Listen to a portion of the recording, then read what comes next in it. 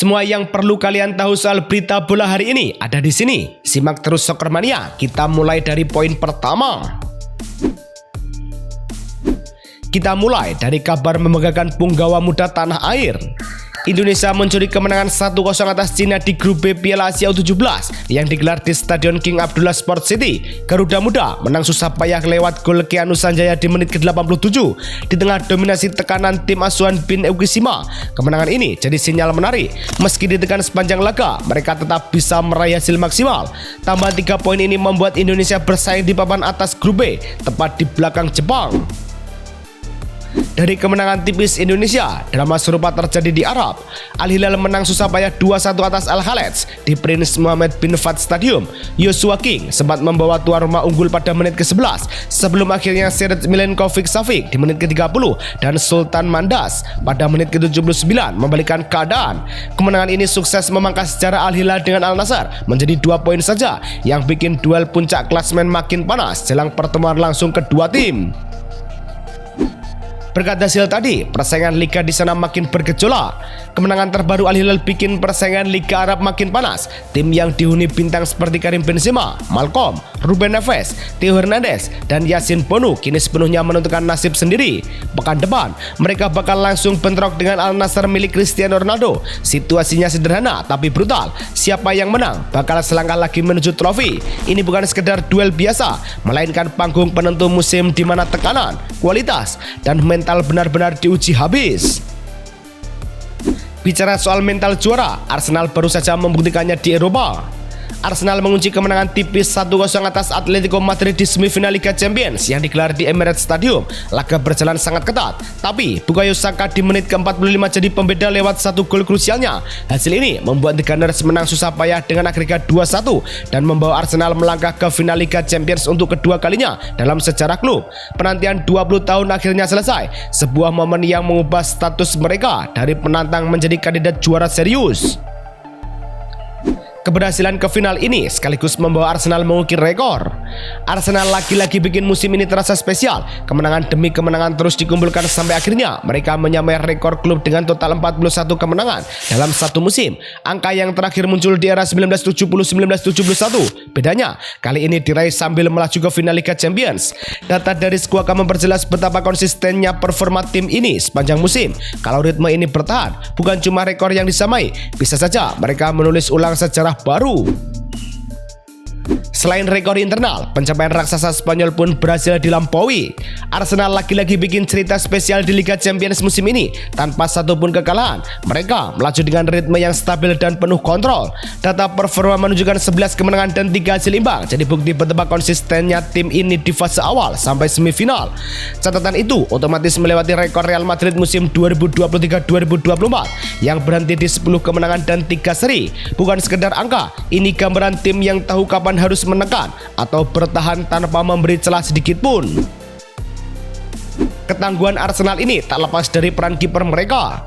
Arsenal lagi-lagi tampil sangat disiplin di lini belakang. Sejauh musim ini, mereka sudah mencatat 9 clean sheet di Liga Champions, terbanyak dibanding tim lain. Catatan ini cuma terpaut satu dari rekor sepanjang masa milik Arsenal musim 2005-2006 dan Real Madrid musim 2015-2016. Menariknya, menurut data Squawka, David Raya kini sejajar dengan Edouard Mendy sebagai kiper dengan clean sheet terbanyak dalam satu musim untuk klub Inggris. Babak final nanti bakal jadi penentuan apakah Raya hanya akan menyamai atau benar-benar mencetak sejarah baru.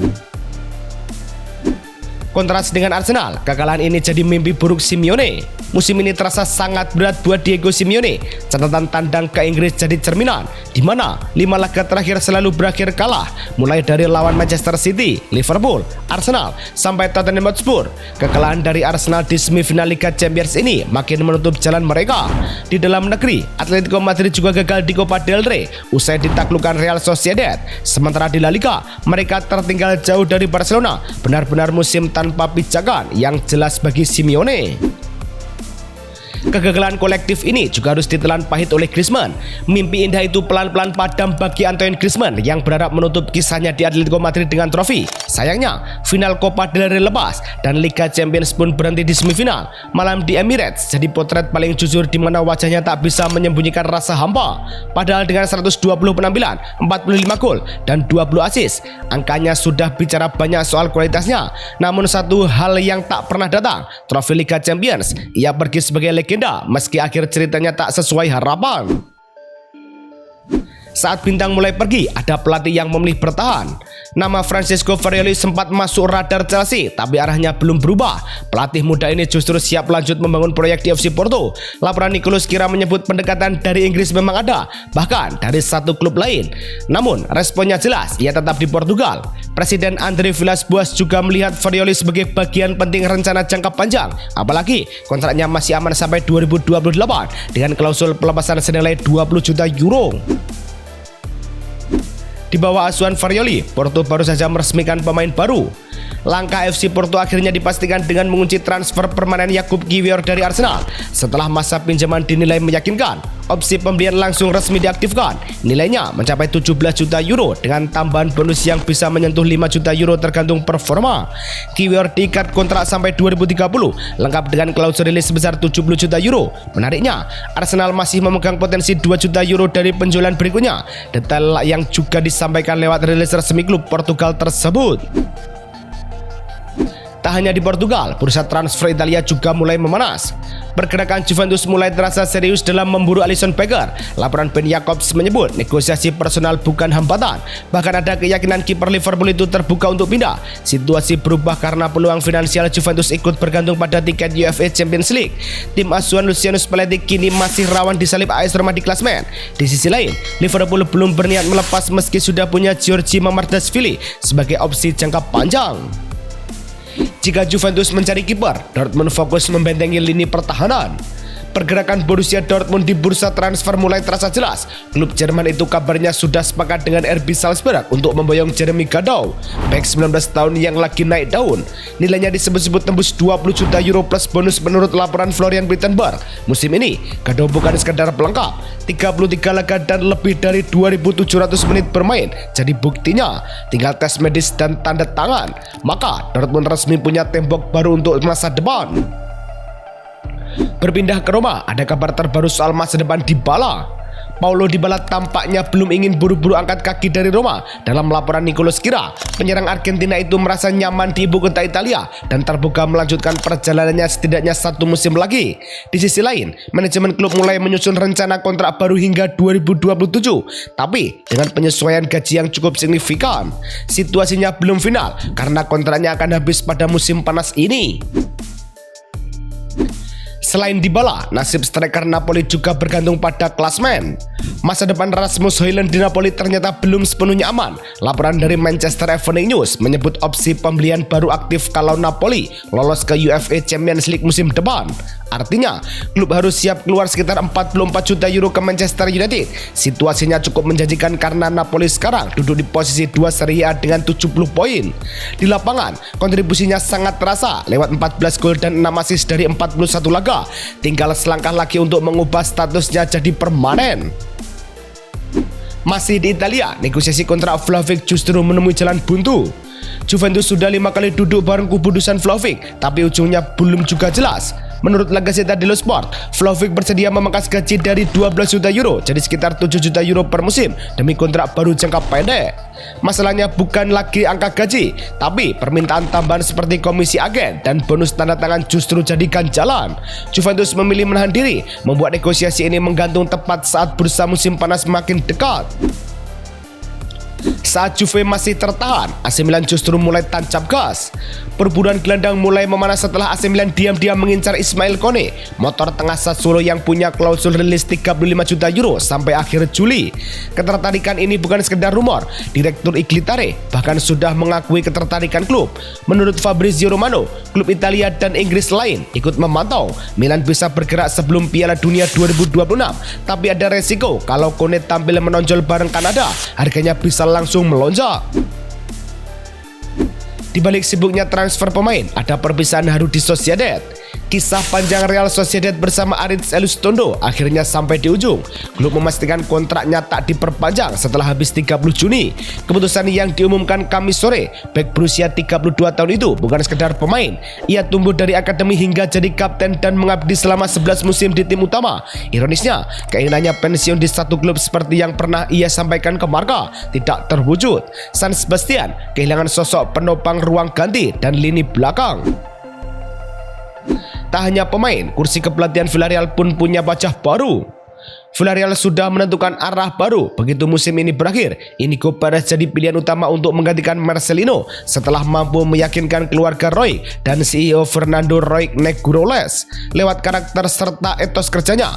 Mengutip laporan internal klub, Villarreal akan menunggu musim selesai demi menghormati fokus Rayo Vallecano yang masih berburu tiket Eropa. Perez disiapkan dengan kontrak 2 tahun plus opsi tambahan. Langkah serupa juga diambil Athletic Bilbao demi meningkatkan ekspektasi klub.